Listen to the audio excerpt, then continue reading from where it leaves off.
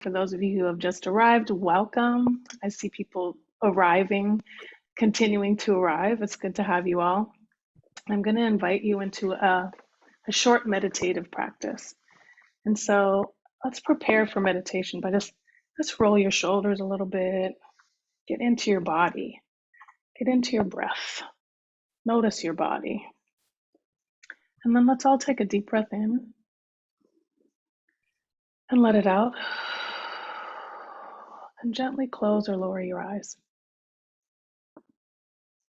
And just in this luxurious moment, away from our screens, even though we're here in this Zoom world, our eyes gently closed. Just focus on your breath. Focus on the rhythm of the breath, the texture of the air going in and out of your nostrils.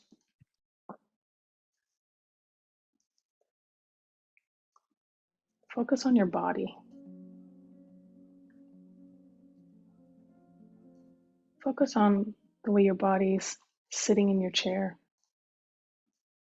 Maybe as you focus on it, lift your body just a little bit.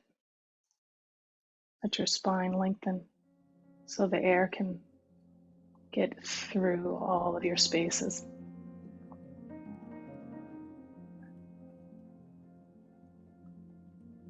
Now gently become aware of any grief that may be living in your body. Where is it? Notice the space in your body it occupies right now. Maybe it's a small pinpoint. Maybe it takes up a lot of space. Just notice it. Don't shift it. Just notice if this grief has a temperature or a rhythm, a contraction, an expansion, an emptiness, a weight. Feel into that space of grief without letting it consume you. Just notice it.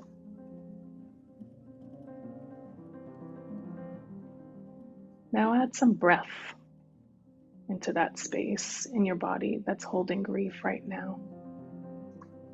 Slowly and gently.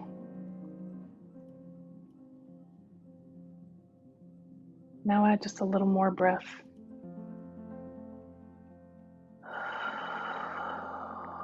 And with your eyes still closed, allow your body to move in the way it wants to move, to tend to those spaces of grief.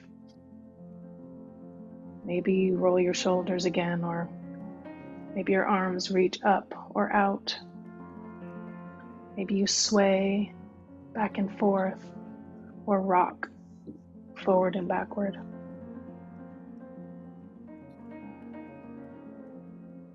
Just let your body give you information about grief.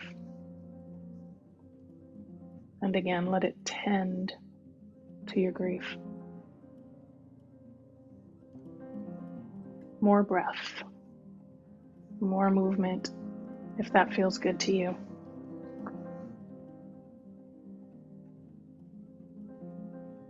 Now gently and slowly find your way back to stillness if you've been moving.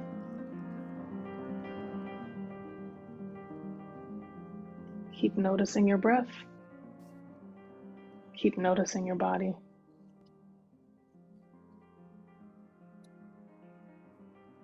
Gently acknowledge and give gratitude to the grief for revealing itself in your being in this moment. And let's all take a collective breath in and out. And very gently open your eyes.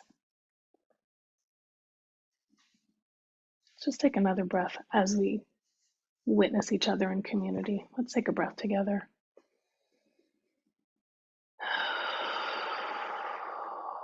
and I welcome you if you'd like to go into gallery view rather than just seeing me and a strip of people on the top.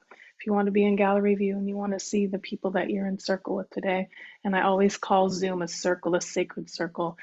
We're casting the circle now together. And I'm so grateful again to those of you who joined us today. Again, my name is Sarah Kroll.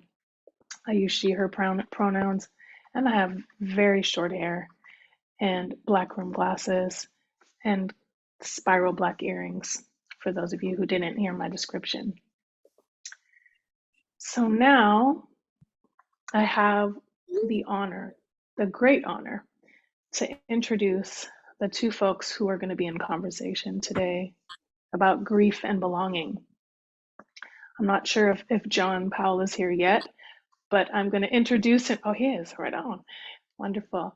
But I'm going to introduce both Lisa Kefauver and Dr. John A. Powell before I invite them to be spotlit with me. So a bit about both of them. Lisa Kefauver is a widow and social worker turned grief activist dedicated to creating a grief literate world. She is an adjunct professor of loss and grief at University of Texas, Austin. She speaks all over the place and even has an amazing podcast called Grief is a Sneaky Bitch. That title just slays me. We actually had a great conversation about the power and wisdom of cursing. And so it's all up in the title of her podcast. And I'm grateful to be in community with someone who sees the wisdom of cursing. And then there's Dr. John A. Powell, who's the director of the Othering and Belonging Institute, where he also teaches law at the University of California, Berkeley. He teaches law, ethnic studies, African American studies. He's also an expert in civil rights, civil liberties, structural racism, housing, poverty, and democracy, so much more. And such a joy and a deep pleasure to introduce both of you and bring you to the Zoom spotlight. I think most importantly, the two of them are friends. John has been on Lisa's podcast numerous times, and also Cecily Saraski, who's our comms director, was on Lisa's podcast. So it's wonderful to have the family here on Zoom. Good to see you both. Take it away. Have a beautiful conversation. I'll see you on the other side of 30 minutes. Well, thank you, Sarah. It's great to see you, and it's always great to see Lisa as well. And so, Lisa, I'll turn it over to you since you're the real expert on grief, and I'll just try to follow along and keep up. Well, I don't know about that, but I'll just do an additional little introduction, just following in Sarah's lead, I think, just for those orienting. I'm so excited to be in conversation with you, John. If you don't know me, again, Lisa Kefauver, just a visual description of who I am, a white woman, blonde hair, green eyes, and I'm sitting here in Southern California right now, and the backdrop behind me, I want to point out, is a painting of the surf at sunset, and I have that in my visual sightline all the time as a reminder about the waves of grief, and also the reminder of the sort of beauty of Mother Nature to rise again each day and to bring us joy and wisdom. And we're going to talk about that today. So just orienting that, and so grateful to be in conversation with you today, my friend John. For those of you who don't know, John and I have conversations like these off the air often, so it'll be interesting to have this conversation for the next 30 minutes or so on the air. Anything you want to share? You heard your professorial introduction, John, but any self-introductions you want to offer before we begin?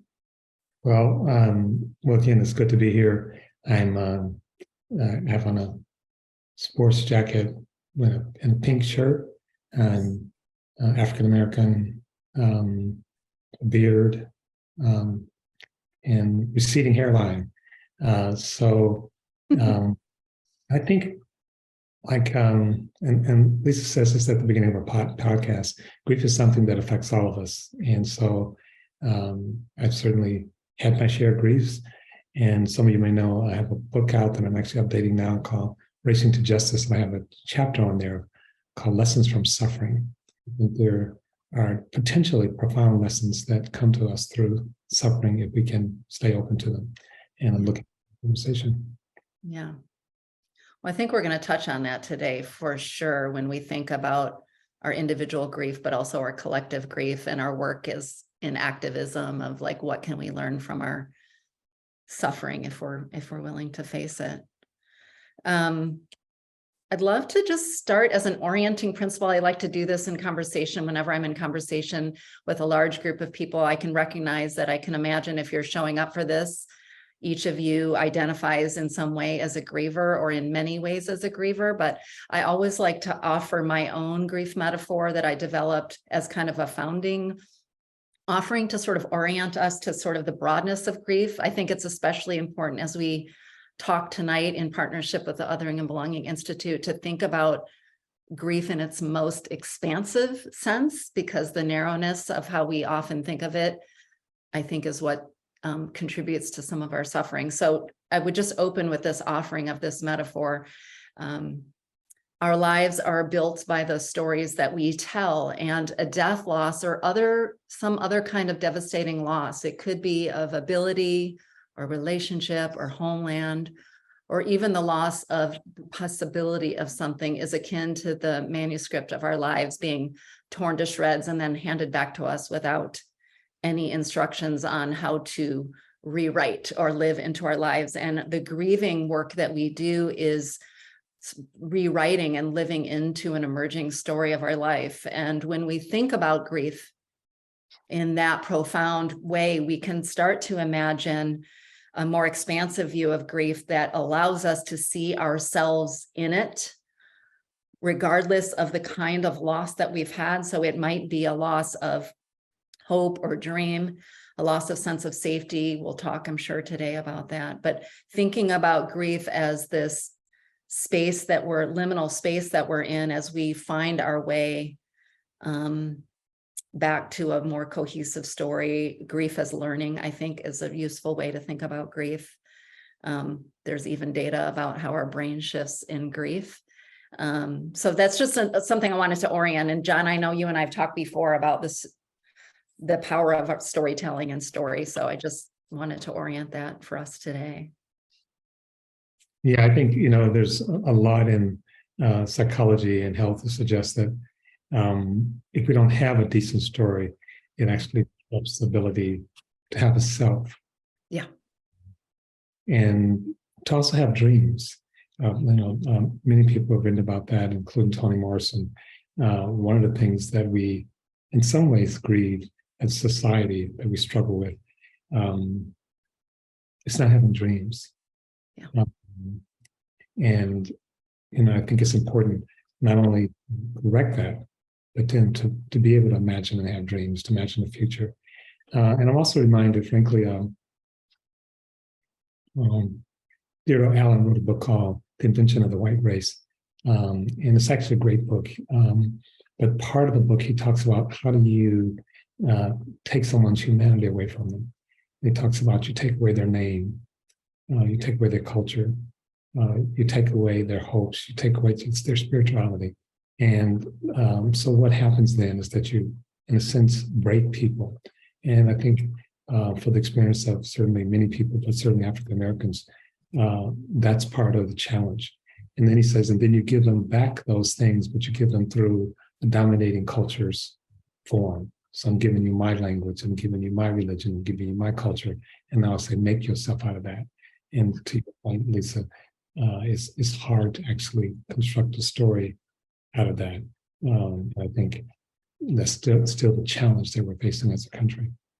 I think so too. And just to pick up on what you said, I think is just such an important example of how we have to expand our notions of grief beyond death loss, because what you're talking about is the ways in which people lost sort of autonomy of their own story, of their own spirit, of their own culture, of their own language. And those losses are so deeply disenfranchised and, not acknowledged, but they come with some of the same, the same force and the same consequence that we experience ourselves as feeling lost and disoriented. And I think it's so profoundly important when we think about so many of the challenges that we're facing is the lack of recognition, both internally for ourselves, but also the lack of recognition we give others to the loss. So the profound and compounding losses that many of us have faced, different populations have faced, certainly in this country, Indigenous and Black Americans in this country. So yeah, I appreciate you offering up that example and that resource. Again, there's a story W.B. Du Bois talks about, and he talks about we traded in our humanity and our possibility of democracy for white dominance.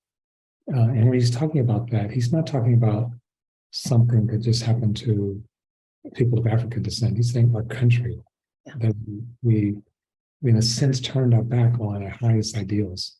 And I think there's there's uneven suffering, but there's a suffering that in a sense populates the whole country, and creates a kind of both grief and fragileness. And one of the reasons that we fight so much over history, and who gets to tell our history. When you think about literally having in Florida or other places, you can't teach this, you can't read certain books, you can't use certain terms. We don't want to talk about slavery. It's like we don't want to talk about it either, but it's real. Yeah.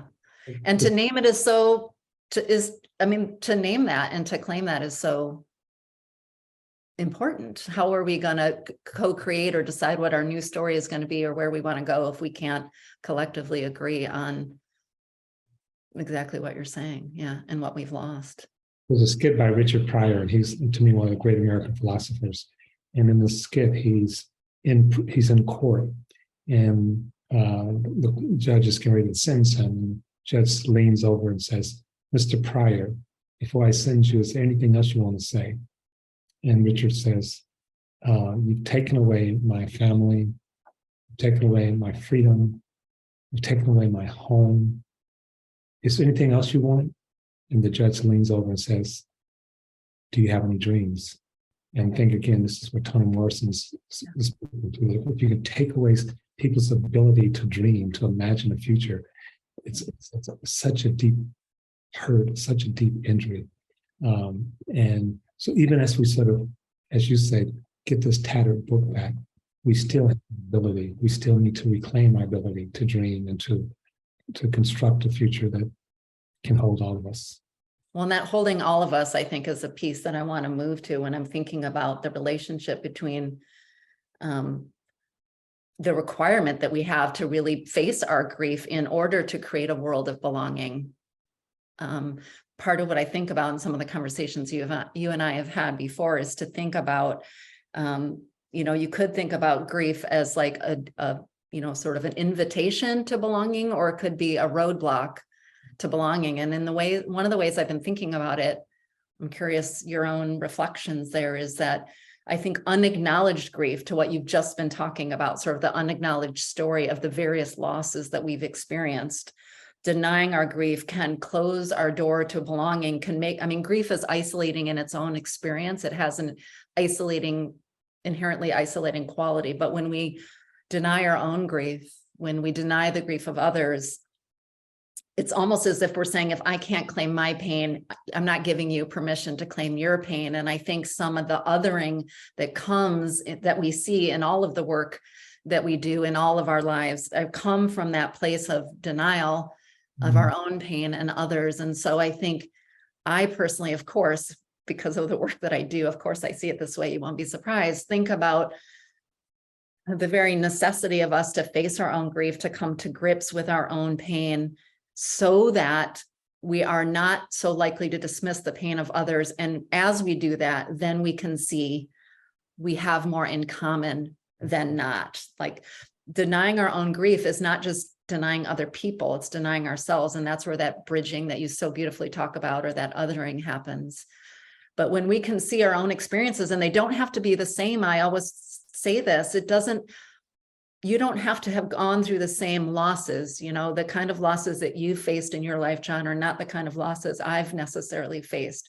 But what we have in common is these experiences of abandonment, fear, longing, yearning, love. We have these things underneath all of our losses. So I've been thinking a lot lately about the root of some of these things that we come up against in these frissions, or, these fractures that we have, being rooted really in this denial of being with our grief, which culturally is not really encouraged. We don't really encourage ourselves to sit with our grief, right?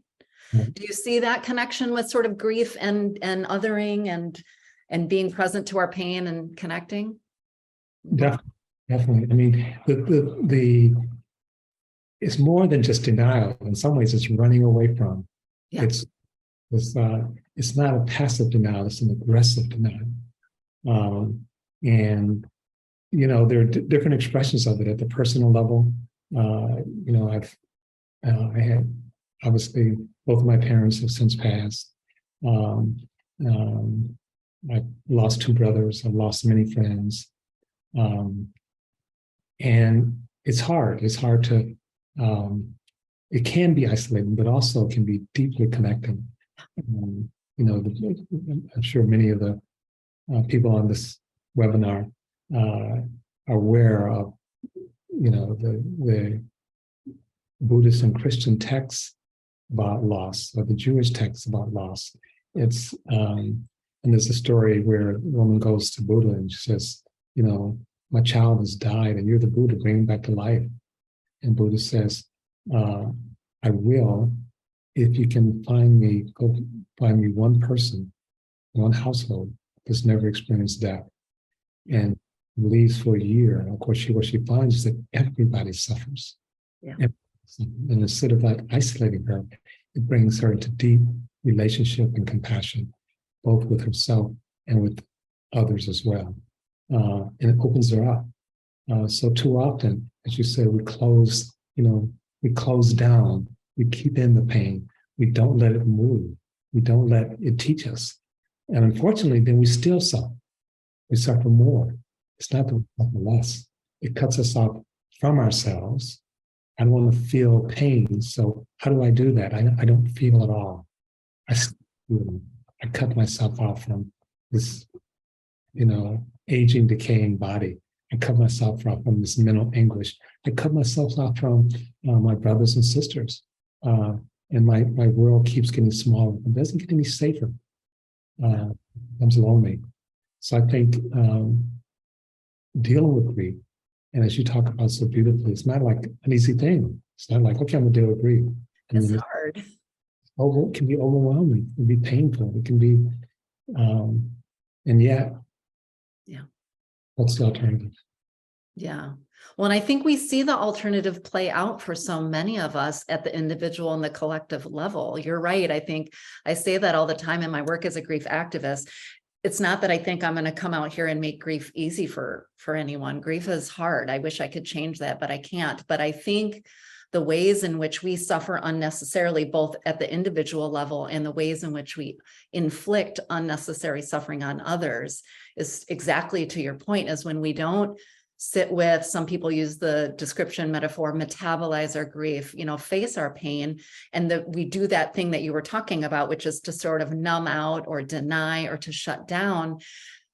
That's exactly what happens. I think what we see in our environmental and climate crisis and our racial and our economic crisis and the inequity that we see in the world is so many of us have taken that shutting down to that denial of our own suffering. So therefore we deny the suffering of others. And we're not really tuned into this sort of collective. I think we operate often in the zero-sum game of suffering, right? That there has to be sort of, mine has to be at the expense of yours, or to deny mine or to acknowledge mine, right? Grief will not be easy, but I think the ways in which we could individually and collectively acknowledge each other's and our own suffering is absolutely a way in which we can move into spaces where we create more belonging, where we create a sense of togetherness. And I just want to say, especially when I think about those of us who come from sort of lineages of intergenerational grief and loss, to what you were talking about before, I think about, I'm the daughter of a Holocaust survivor, et cetera, and so on. When we come from lineages of loss that haven't been attended to, part of what we start to see is what we call personalities or behaviors of people who are operating in a world profoundly sort of hurt by the wounds of their own losses, and maybe not having acknowledged or metabolized their losses. And so we end up inadvertently often, across generations even, continuing to sort of deny and further those divisions, and that othering that happens. And so not that we can do it within a generation, of course, but I think the job of each of us is to work towards recognizing our own grief so that we're not sort of perpetuating that. I do want to say, though, I think about this, especially the community from the othering and belonging community, the folks who are joining us, who are sort of on the front lines of being activists in different domains of injustice and loss and grief, is this notion between sort of grief and grievance, which is it's hard to be in grief and to metabolize your grief when you're compoundingly experiencing grief over and over again. So when you're witnessing loss after loss in your community, sort of via the news or even in your own personal community, I just want to acknowledge I don't have an answer for this, but I want to acknowledge it becomes more complex because we don't have the downbeat, to be able to process that grief. So I do think it can be more of a challenge for some of us, but there's still the invitation there to do our individual grief work, even as we take our grievances and use that towards the activism, to the change that we want to see in the world, but not at the expense of doing our own grief work. And I know we've discussed some of our community, different articles about that sort of notion between grief and grievance. I don't know, John, if you have thoughts on the difference, but thinking about the importance of using grievance to sort of advocate or be an activist for change, but not at the expense of attending to our own suffering. What do you see in the work that you do, or what comes to mind? A couple of things. I think we do have to attend to our suffering, but it's not enough to attend to our suffering. We have to other people's suffering as well. And that becomes hard. And if I'm suffering and I see someone else suffering, I can think I'm just consumed by my own suffering. That seems, makes sense. It's even harder if I think the person or the group is causing my suffering. Mm-hmm. It's one thing to have suffering, what I call ontological suffering because, my parents died and everybody's parents die. My grandmother dies, but everybody's grandmothers die.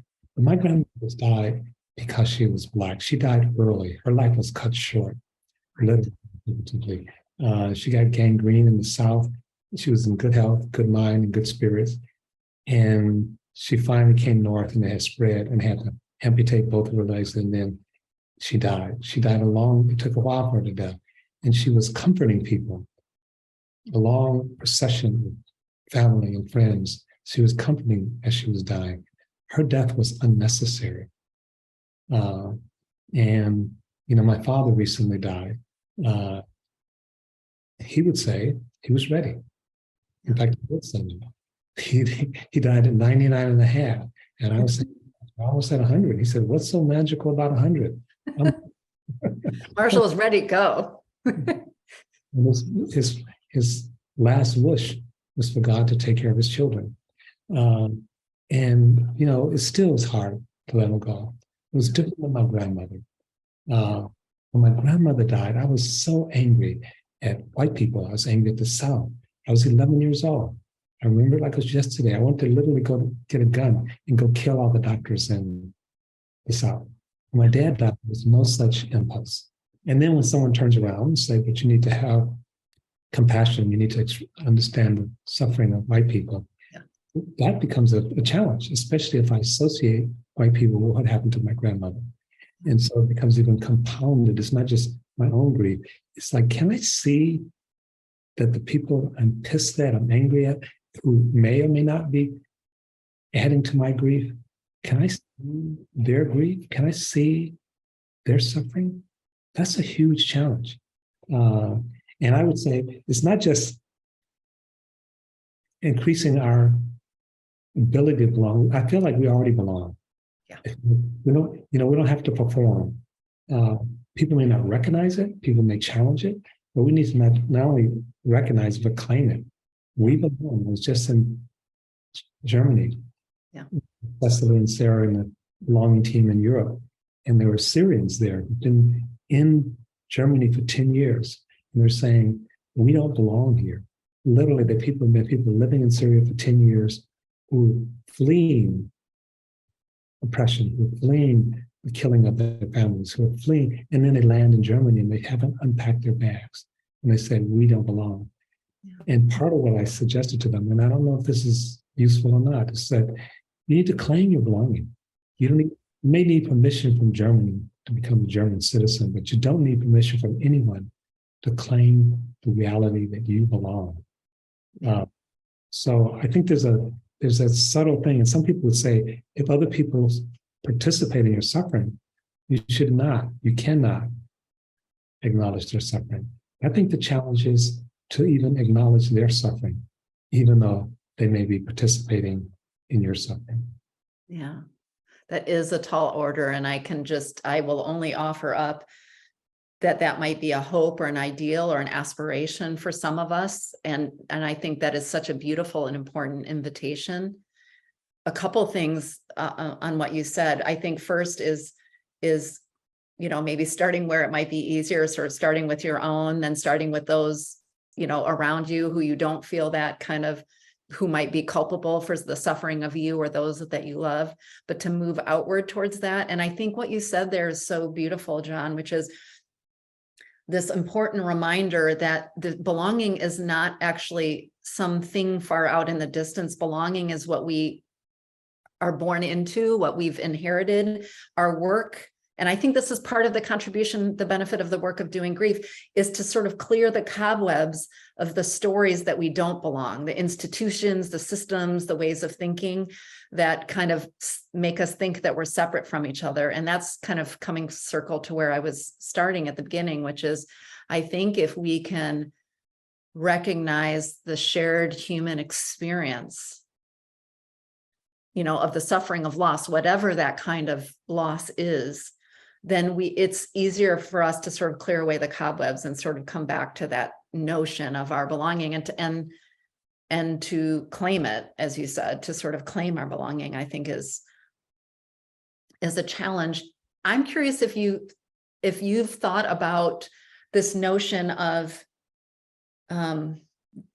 grievance as a sort of